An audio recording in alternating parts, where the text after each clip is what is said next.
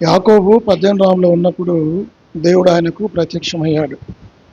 యాకోబు, నువ్వు 20 సంవత్సరాలు నీ తండ్రి వారిని విడిచిపెట్టి వచ్చావు.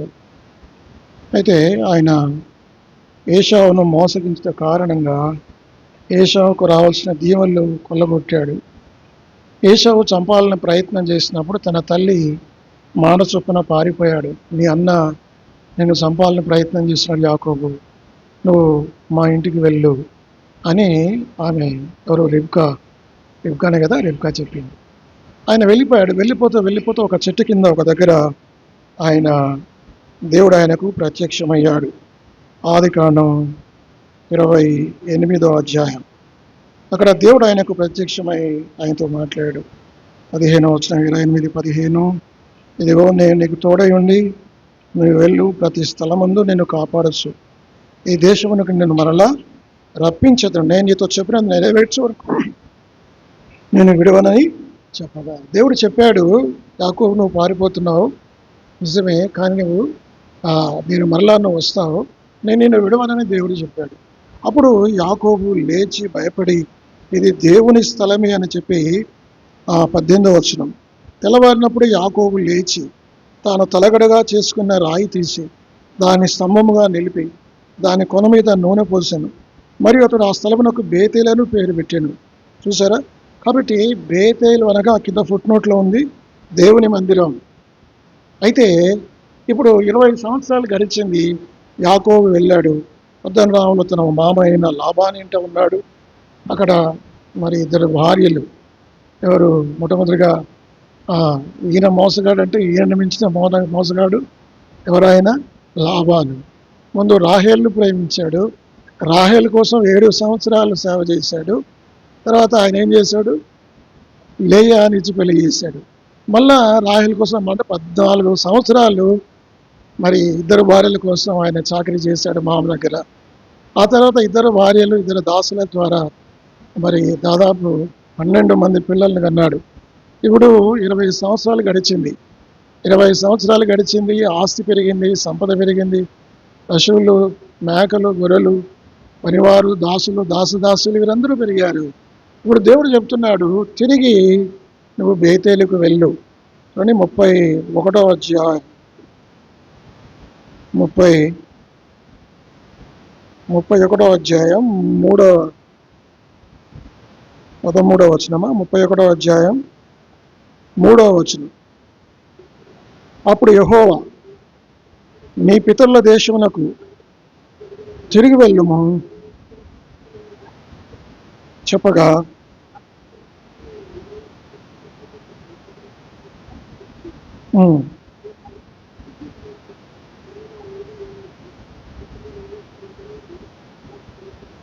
ఇక్కడ రాయబడిన మాట, నీ పితరుల దేశమునకు నీ బంధువుల యుద్ధకు తిరిగి వెళ్ళు. దేవుడు చెప్పాడు తిరిగి వెళ్ళు, మరలా కనానికి వెళ్ళని చెప్పినప్పుడు వెళ్ళాడు ఆయన? వెళ్ళలేదు. 31వ అధ్యాయం 13వ వచనం. నీవెక్కడ స్తంభం మీద నూనె పోసితివో, ఎక్కడ నాకు మొక్కుబడి చేస్తువో ఆ బేతేలు దేవుడని నేనే.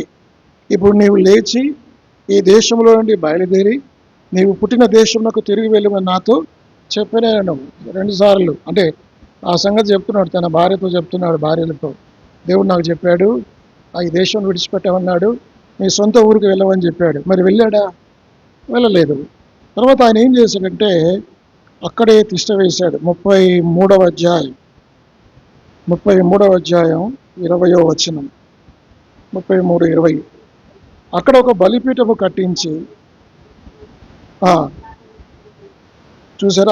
అక్కడంటే ఎక్కడంటే షెకెములో ఆయన అక్కడి నుంచి 18 నుంచి బయలుదేరి దారిలో షెకెము ఉంది, షెకెముకు వచ్చాడు. ఆయన అనుకున్నాడు షెకెములోనే సెటిల్ అయిపోదాం అనుకున్నాడు. కానీ దేవుడు ఎక్కడ చెప్పాడు? షెకెముకి వెళ్ళవన్నాడా? షెకెములో సెటిల్గా ఉన్నాడా? కాదు కదా, బేతేలుకి వెళ్ళవన్నాడు.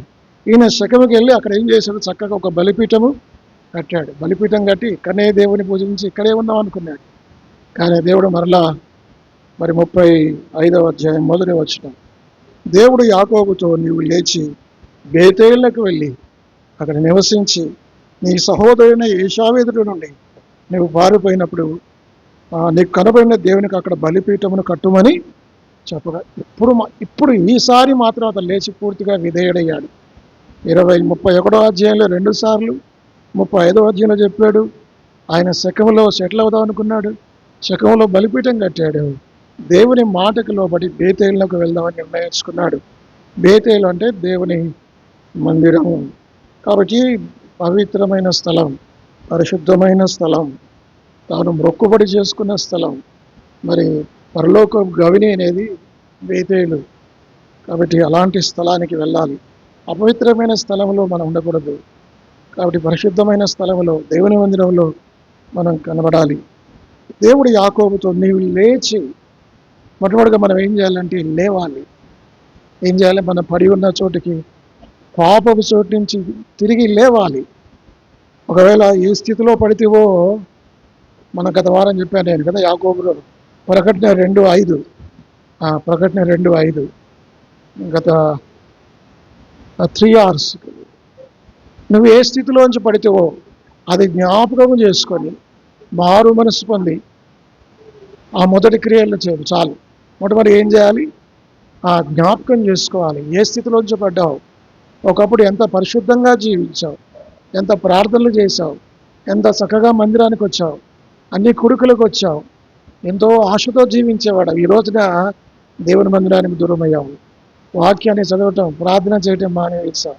కాబట్టి ఇప్పుడు వాక్యం చెబుతుంది, నువ్వు ఏ స్థితిలో పడితేవో నువ్వు జ్ఞాపకం, రిమెంబర్. మొట్టమొదటిగా మన పాపాలు మనం జ్ఞాపకం చేసుకోవాలి, రిమెంబర్, జ్ఞాపకం. రెండవది తర్వాత మారు మనసు, రిపెంటెన్స్.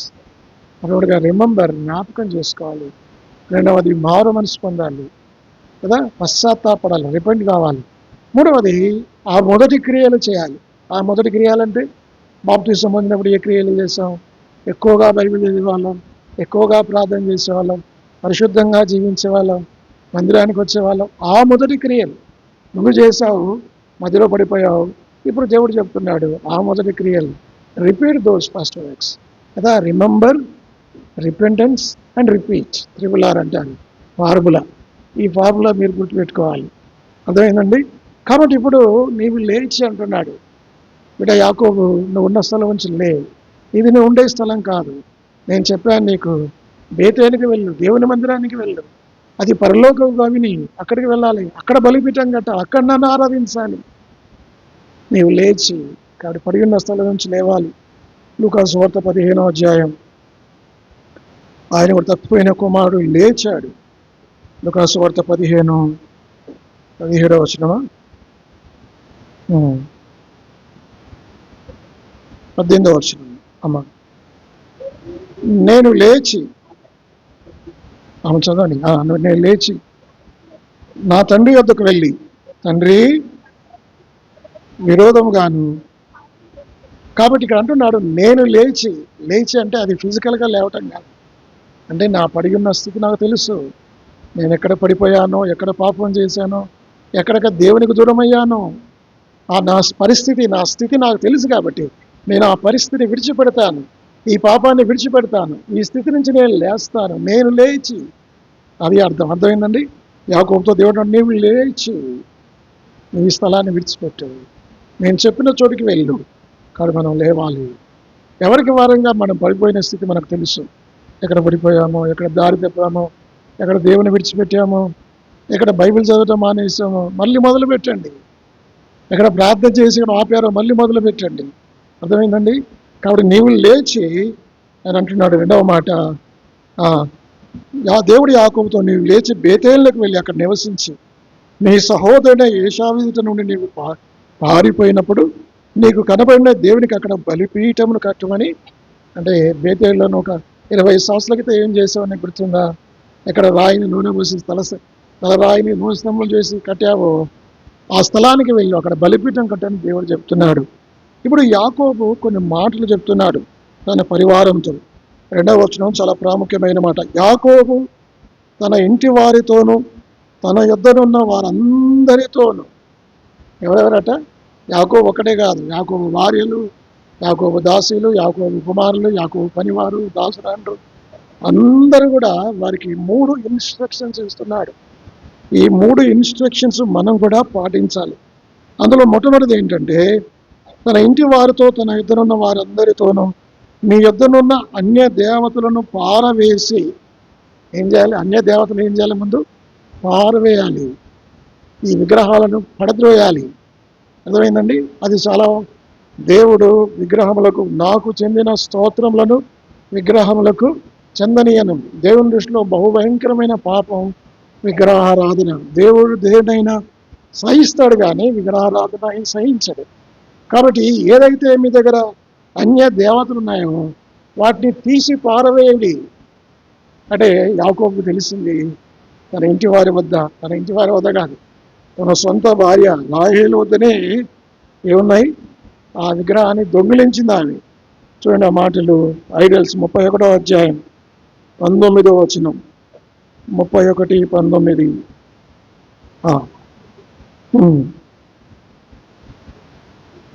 వెళ్ళి ఉండగా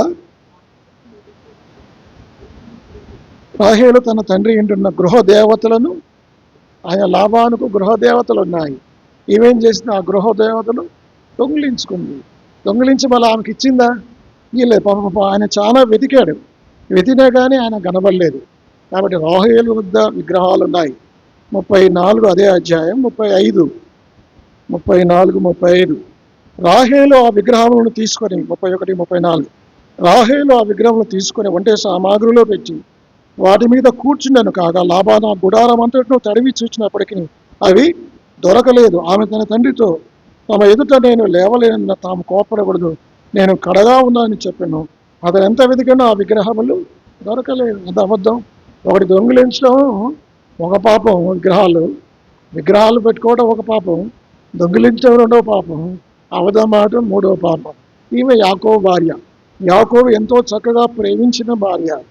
కాబట్టి యాకోబు చెబుతున్నాడు, ముందు మీ విగ్రహాలను, అన్య విగ్రహాలను తీసి పడవేయండి.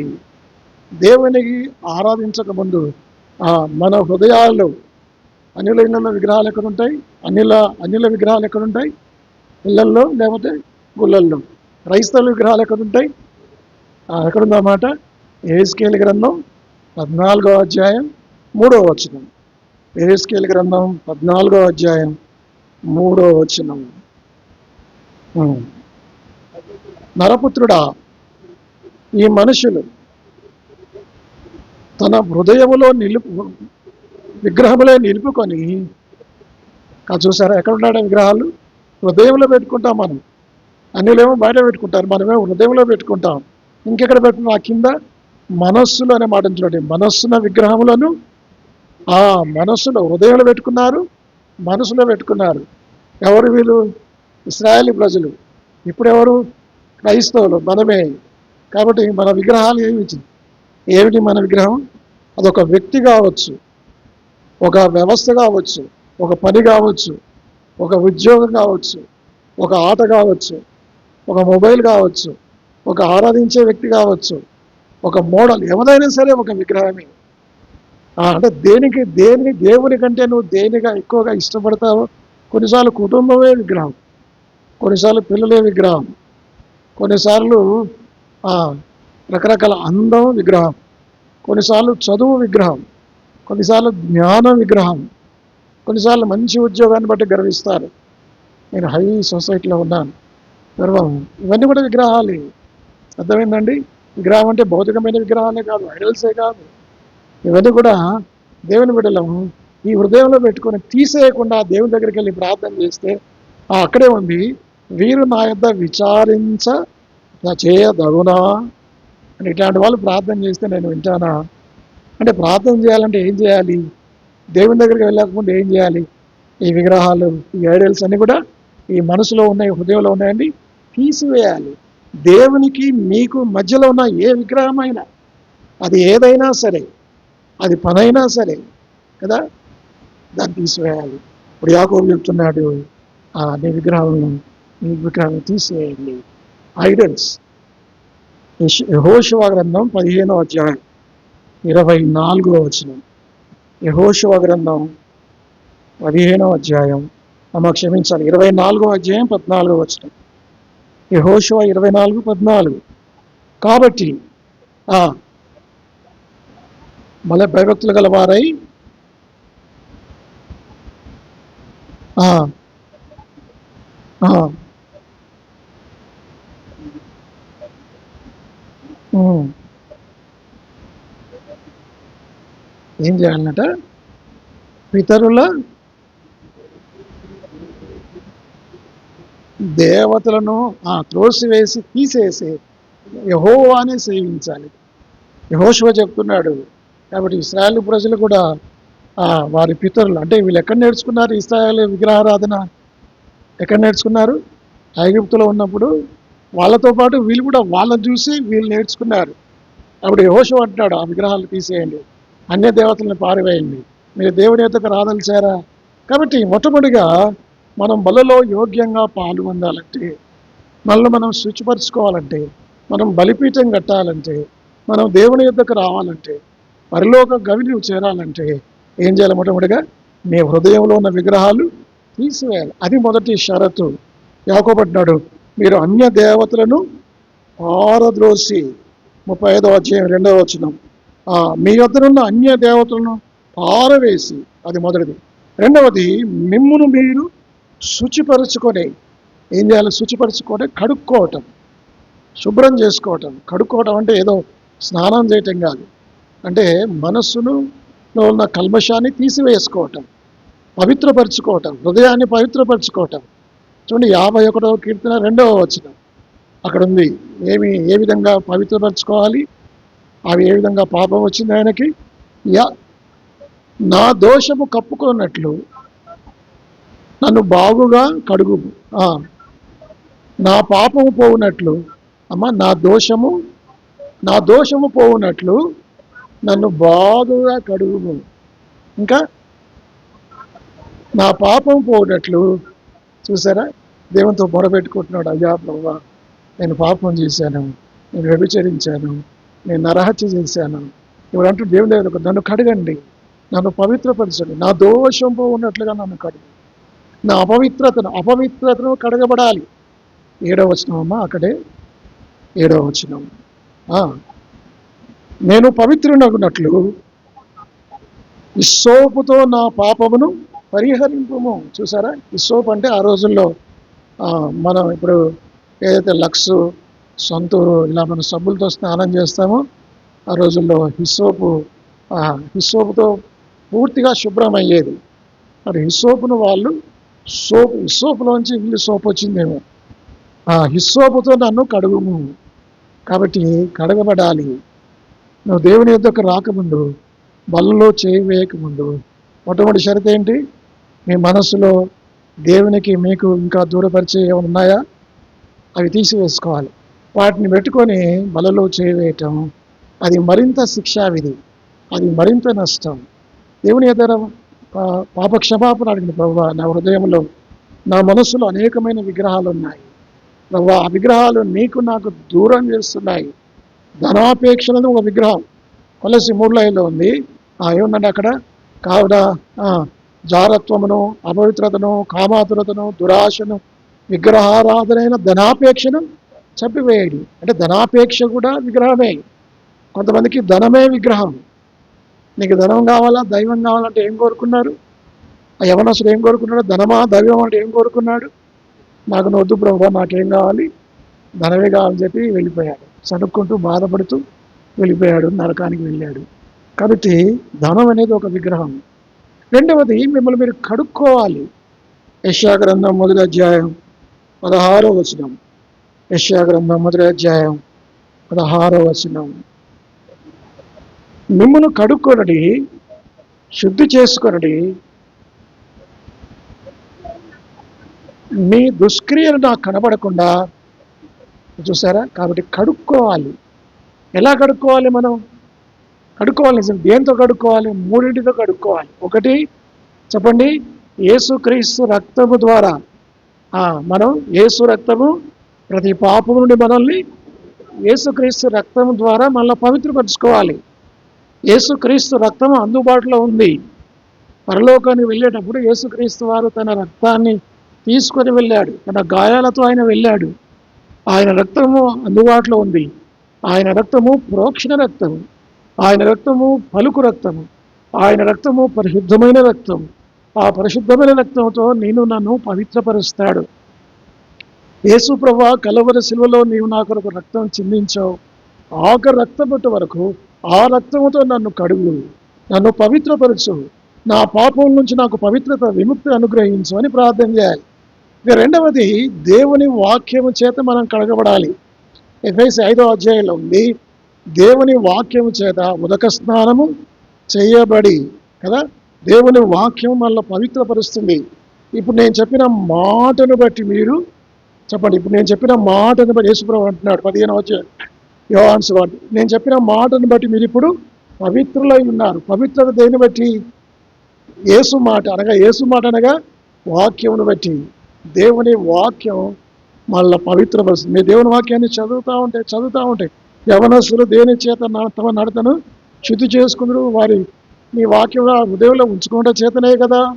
కాబట్టి దేవుని వాక్యం మన హృదయాన్ని శుద్ధిపరుస్తుంది. అదేవిధంగా దేవుని వాక్యం చదవండి, వినండి, ధ్యానించండి, అన్వయించుకోండి. మొట్టమొదటిగా యేసు రక్తం, రెండవది యేసు మాట దేవుని వాక్యం, మూడవది పరిశుద్ధాత్మ దేవుడు. అప్పుడు చూడండి 2వ తెస్సలోనిక 2వ అధ్యాయం 13వ వచనం. 2వ తెస్సలోనిక 2వ అధ్యాయం 13వ వచనం. అమ్మా, ప్రభువు వలన ప్రేమింపబడిన సహోదరులారా, ఆత్మ మిమ్ము పరిశుద్ధపరచబడుట వలనను. చాలు. ఏం పరిశుద్ధపరుస్తుందట? ఆత్మదేవుడు మిమ్మల్ని పరిశుద్ధపరుస్తాడు. కాబట్టి దేవుని రక్తము చేత, దేవుని వాక్యము చేత, మూడవది దేవుని ఆత్మ చేత మనం పరిశుద్ధపరచబడాలి. అర్థమైందండి? కాబట్టి రెండవది ఆయన అంటాడు, మొట్టమొదటిగా అన్య దేవతలను పారవేయండి. రెండవది మిమ్మల్ని మీరు ప్యూరిఫై యువర్ సెల్వ్స్. మిమ్మల్ని మీరు పవిత్రపరచుకోండి, మిమ్మల్ని మీరు సరి చేసుకోండి. ఇంకా చూస్తారా, 2వ కొరింథీ 7వ అధ్యాయం 1వ వచనం. 2వ కొరింథీ 7వ అధ్యాయం 1వ వచనం. ప్రియులారా, మనకు ఈ వాగ్దానం ఉన్నవి కనుక దేవుని భయముతో పరిశుద్ధతను సంపూర్తి చేసుకొనొచ్చు. ఆ శరీరమునకును, అది ఒకటేమో శరీరం కల్మషం, రెండవది ఆత్మ కల్మషం. శరీర కల్మషం అంటే శరీర సంబంధమైన పాపాలు బయట కనబడతాయి. త్రాగుటం, దొంగతనం, నరహత్య, వ్యభిచారం, బూతులు, ఇవన్నీ ఏమిటి? బయటికి కనబడే పాపాలు. అర్థమైందండి? శరీర కల్మషం అంటారు. ఇప్పుడు యేసుక్రీస్తు వారిని ఒకతడు పరిసయ్యుడు ఇంటికి భోజనానికి పిలిచాడు. భోజనానికి పిలిచినప్పుడు ఒక స్త్రీ వచ్చింది. యేసుప్రభు వారి పాదాలు కన్నీటితో కడిగింది. ఆమె గురించి పరిసయ్యుడు అంటాడు, ఈమె యువతియో ఎటువంటిదో, ఇది పాపాత్మురాలు. అంటే ఏ పాపం చేసింది ఆమె? శరీర సంబంధమైన పాపం చేసింది, కనబెట్టడు పాపాలు చేసింది ఆమె. మరి ఈయన పాపిగాడా? అయితే ఈయన ఆత్మ సంబంధమైన పాపి. కాబట్టి పాపాత్మరాలు స్త్రీ శరీర కల్మషం ఉంది, పరిచయనికి ఆత్మ సంబంధమైన కల్మషం అంటే గర్వము, అతిశయము, వేషధారణ, స్వనీతి, అసూయ, ద్వేషము, ఇవన్నీ హృదయంలో ఉంటాయి. కనబడతాయా? మరి డాక్టర్లు గుండె చీల్చే డాక్టర్లు కూడా కనపడవు. బైపాస్ సర్జరీ చేసే వాళ్ళకి ఏమైనా కనబడుతున్నాయా? కనపడదు. కాబట్టి ఆత్మ కంటిన కల్మషం. తప్పిపోయిన కుమారుడు, చిన్న కుమారుడికి ఏ పాపాలు, ఏ కల్మషం? శరీర కల్మషం. పెద్ద కుమారుడికి, చాలామంది పెద్ద కుమారుడు చాలా మంచోళ్ళు అనుకుంటారు, కానీ చిన్న కుమారుడు సరిచేయబడ్డాడు, తండ్రి దగ్గరకు వచ్చాడు. పెద్ద కుమారుడి సంగతి ఏమైందో మనకు తెలియదు. చిన్న కుమారుడు శరీర కల్మషం, పెద్ద కుమారుడు మనం ఈ రెండింటి నుంచి సరి చేసుకోవాలి. ప్రభువా, నా ఆత్మ సంబంధమైన పాపాలు, నా శరీర సంబంధమైన పాపాలు ఉన్నాయి. ప్రభువా, నీ రక్తం ద్వారా, నీ వాక్యం ద్వారా, నీ ఆత్మ ద్వారా నన్ను పవిత్రపరచని ప్రార్థన చేయాలి కదా. మన జీవితం అంతా మా నీతి క్రియలన్నీ మురికి గుడ్డల వంటివి. మురికి జీవితం, అపవిత్రమైన జీవితం మనం కడుక్కోవాలి. అది 2వ ఇన్స్ట్రక్షన్. ఇక 3వది ఆయన ఏమంటాడు చూడండి. యాకోబు కాదు, ఆదికాండం 35 2వ వచనం. మీ వస్త్రములను మార్చుకోండి. వస్త్రాలు కూడా మార్చుకోవాలి. ఈ 3 పనులు చేయాలి. ముందు విగ్రహాలు తీసేయండి, ముందు స్నానం చేయండి, లేకపోతే శుచిపరచుకోండి, ప్యూరిఫై చేసుకోండి, పవిత్రపరచుకోండి. 3వది పవిత్రపరచుకున్న తర్వాత ఏం చేయాలి? మంచి వస్త్రాలు వేసుకోవాలి. ఏ వస్త్రాలు వేసుకోవాలి? ఆదికాండం 3వ అధ్యాయం 21వ వచనం. ఆదికాండం 3వ అధ్యాయం 21వ వచనం. దేవుడైన యెహోవా ఆదామునకును అతని భార్యకును చర్మపు చొక్కాయలను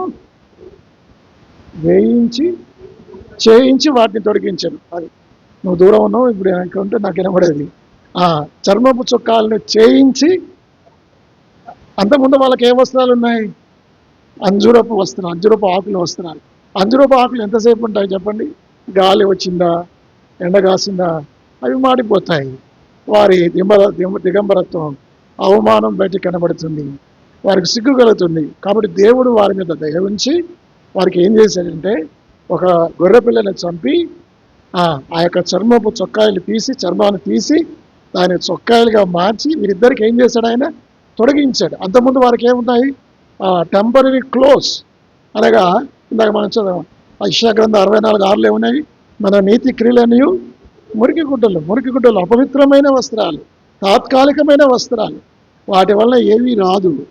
దేవుడు ఏం చేస్తాడంటే పర్మనెంట్ క్లోత్స్, చర్మపు చొక్కాయలు తొలగించాడు. ఇప్పుడు ఆదామవులు పరలోకం వెళ్ళారా, నరకం వెళ్ళారా? పరలోకం వెళ్ళారు. దానికి ఆధారం ఏమిటి? చర్మపు చొక్కాయలు, పర్మనెంట్ క్లోత్స్కు అవి సాదృశ్యం. యెషయా గ్రంథం 61వ అధ్యాయం 10వ వచనం. యెషయా గ్రంథం 61వ అధ్యాయం. శృంగారపాగా ధరించుకొనిన పెళ్లి కుమారుని రీతిగాను, పెళ్లి కుమార్తె రీతిగాను ఆయన రక్షణ వస్త్రము నాకు ధరింపజేసి ఉన్నాడు. నీతి అను పైబట్టను. కాబట్టి ఏం ధరించుకోవాలి మనం? కాబట్టి మంచి ఫంక్షన్కి వెళ్ళడం మీరు ఏం ధరించుకుంటారు? మంచి పట్టు వస్త్రాలు. 50,000, 40,000, 60,000 ఇప్పుడు ధరలు ఇంకా ఎక్కువ ఉన్నాయి. మంచిదే, కాదనం. కానీ వాటికంటే మరి శ్రేష్టమైనది ఏంటంటే ఏం వస్త్రం అట? నువ్వు రక్షణ వస్త్రము నీతి అను పైబట్ట ధరించుకోకుండా ఎంత ఖరీదైన వస్త్రాలు వేసుకున్నా, ఎంత రేమండ్స్, షూటింగ్స్ మీరు వేసుకున్నా ఉపయోగం లేదు. మన జీవితం మురికి గుడ్డల లాంటిదే. ఒక రక్షణ పొందని స్త్రీ ఒక పట్టు చీర కట్టుకున్న, ఒక రక్షణ పొందని స్త్రీ పురుషుడు రేమండ్ షూటింగ్ వేసుకున్నా అతను ఎలాంటి వస్త్రాలంటే బైబిల్ ప్రకారం మురికి గుడ్డల జీవితమే. అర్థమైందా? కాబట్టి రక్షణ అనే వస్త్రము, రక్షణను దేవుడు వస్త్రంతో పోల్చాడు. కాబట్టి ఆదాము హవ్వలకు దేవుడు చర్మపు చొక్కాయలు ధరింపజేయడం ద్వారా రక్షణ వస్త్రాన్ని ధరింపజేశాడు. నీతి అను పైబట్టను ధరింపజేశాడు. అర్థమైందండి? నువ్వు రక్షించబడాలి, రక్షణ కలిగి ఉండాలి, నీతిగా చేయబడాలి, నీతిమంతుడుగా తీర్చబడాలి. ఈ రెండు లేకుండా పరలోకం రాదు.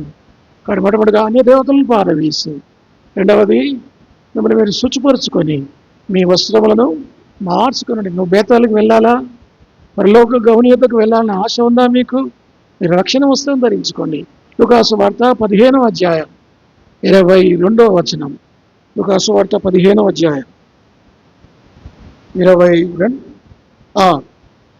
తండ్రి పరలోకమునకును విరోధముగాను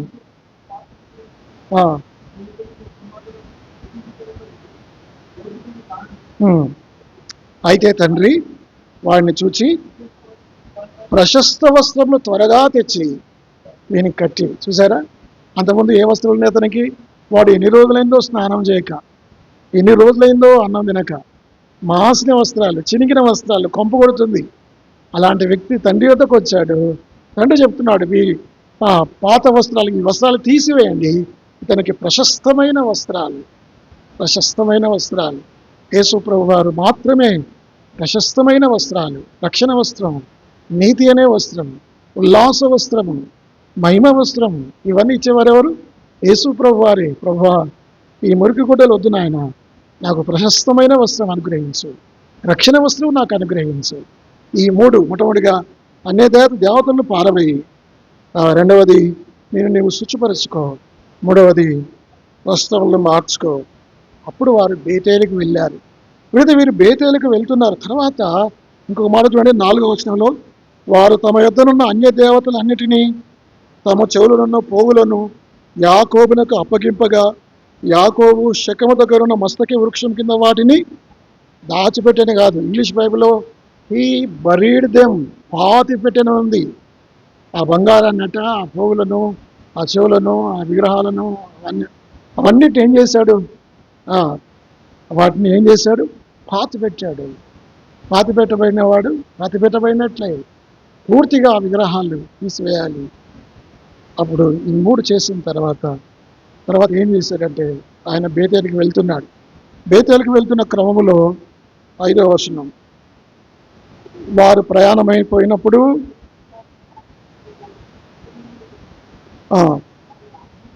కాబట్టి ఈ 3 చేయటం వల్ల వారికి ఎంత ధైర్యము, ఎంత భద్రత అంటే, యాకోబు కుమారులు, యాకోబు దాసదాసులు, యాకోబు సంపద అన్నీ తీసుకుని వాళ్ళు పద్దనరాము నుంచి బయలుదేరారు. శెకెముకు వచ్చారు. శెకెము నుంచి బయలుదేరి బేతేలుకు వస్తున్నారు. బేతేలుకు వస్తున్న క్రమంలో ఒక్క వ్యక్తి కూడా వీరిని ఎదిరించలేకపోయాడు. దేవుని భయము వారిలో కలిగింది. ఏ ఒక్కరు కూడా యాకోబును, దేవుని నమ్మిన బిడ్డలకు భద్రత ఉంటుంది. తర్వాత 9వ వచనం చూడండి. యాకోబు పద్దనరాము నుండి వచ్చుండగా దేవుని తిరిగి అతని ప్రత్యక్షమేతనని, ఎక్కడైతే నువ్వు అన్యదేవతలను పారవేస్తావో, ఎక్కడైతే నిన్ను శుచి చేసుకుంటావో, ఎక్కడైతే 3వ మాట వస్త్రములు మార్చుకుంటావో, అప్పుడు ఏం కలుగుతుంది? దేవుడు నిన్ను ఆశీర్వదిస్తాడు. దేవుని ఆశీర్వాదం కావాలంటే ఈ 3 చేయండి. ఈ 3 చేసి బలలో యోగ్యంగా పాల్గొనండి. చివరికి ఆయన ఏం చేశాడంటే, ఒక బలిపీఠం అక్కడ కట్టాడు. ఆ బలిపీఠాన్ని చూడండి, ఆ మాటలు 13 చదువుతాను. దేవుడు అతనితో మాట్లాడిన స్థలం నుండి 35:13 పరమునకు వెళ్ళాను. ఆయన తనతో మాట్లాడిన చోట యాకోబు ఒక స్తంభం, అనగా రాతి స్తంభము కట్టించి దాని మీద పానార్పణము చేసి నూనెయు దాని మీద పోసెను. బలిపీఠాన్ని కట్టాడు. కానీ బలిపీఠము కట్టబడాలి. దేవుని సన్నిధి నీతో ఉండాలి. దేవుడు నీతో ఉండాలి. యాకోబు ఇన్స్ట్రక్షన్స్ 3. ఒకటి ఏంటంటే, విగ్రహాలు తీసివేయండి. మీ మనసులో, మీ హృదయంలో ఏదైనా ఉందా దేవునికి వ్యతిరేకమైంది, దాన్ని తీసి పారవేయండి. రెండవది, మిమ్మల్ని మీరు వాక్యం ద్వారా, రక్తం ద్వారా, ఆత్మ ద్వారా పవిత్రపరుచుకోండి. మూడవది, వస్త్రాలు, రక్షణ వస్త్రం, నీతి వస్త్రం, ఉల్లాస వస్త్రం, మహిమ వస్త్రం ధరించుకున్న దేవుడి మాటలను దీవించునుగాక.